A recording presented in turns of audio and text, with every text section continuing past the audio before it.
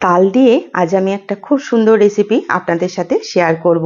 এখানে নিয়েছি একটা পাকা তাল, ভালো করে খোসা ছাড়িয়ে একটা গ্রেটার দিয়ে এইভাবে করে গ্রেট করে নিচ্ছি। এটা দিয়ে তালটা ঘষলে কিন্তু খুব সহজেই তালের পাল্পটা বেরিয়ে যায়, আর তালের যে আঁশগুলো থাকে সেগুলো আলাদা হয়ে যায়। কতটা তালের পাল্প বেরিয়েছে দেখুন, এর থেকে আমার যতটা লাগবে নিয়ে নেব। পিঠের জন্য একটা পুর বানাবো, দিলাম নারকেল আর গুড়, ভালো করে নাড়াচাড়া করে নিয়েছি। পুরটা কিন্তু একদম পাক হয়ে গেছে। এবার এতে আমি দিচ্ছি একটুখানি ছোট এলাচের গুঁড়ো। এবার ভালো করে একটু নাড়াচাড়া করে আমি এটা নামিয়ে ঠান্ডা করব। কড়াই দিলাম একটু ঘি আর হাফ বাটি মতো সুজি। এবার যে তালের পাল্পটা আমি নিয়েছিলাম তার থেকে এক বাটি মতো আমি এতে দিয়ে দিচ্ছি।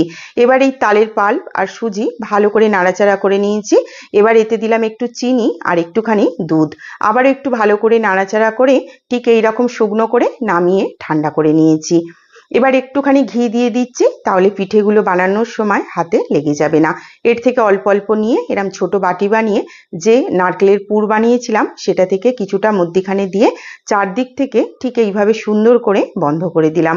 এবারে একটা চামচ দিয়ে ঠিক এইভাবে করে আমি সাইডগুলো কেটে কেটে একটা ফুলের মতো বানিয়ে নিলাম। একটা লবঙ্গ নিয়েছি, লবঙ্গর ফুলের দিকটা এইভাবে গেঁথে ডাঁটির দিকটা উপরে দিলাম। দেখুন কি সুন্দর দেখতে লাগছে, ঠিক যেন লবঙ্গের ফুলের মতো।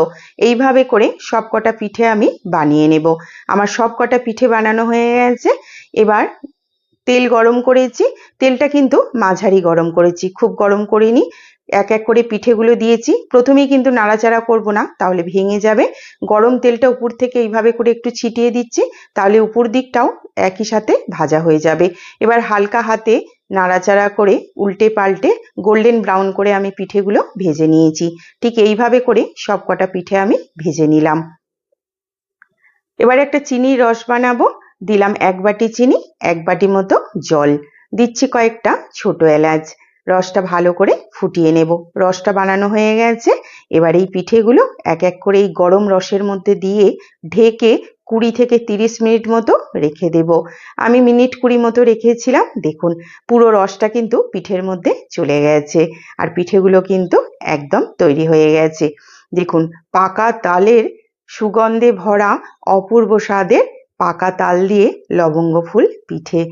তালের বড়া বা লুচি তো খাওয়াই হয়, কিন্তু এইভাবে করে একবার এই পিঠেটা বানিয়ে খেয়ে দেখবেন, খেতে কিন্তু দারুণ লাগে। আর ভেতরটা কতটা সুন্দর হয়েছে দেখুন, একদম ফাঁপা অথচ পুরে ভরা। আর কতটা নরম সফট হয়েছে দেখুন, হাতে করে ভেঙে আমি আপনাদের দেখাচ্ছি।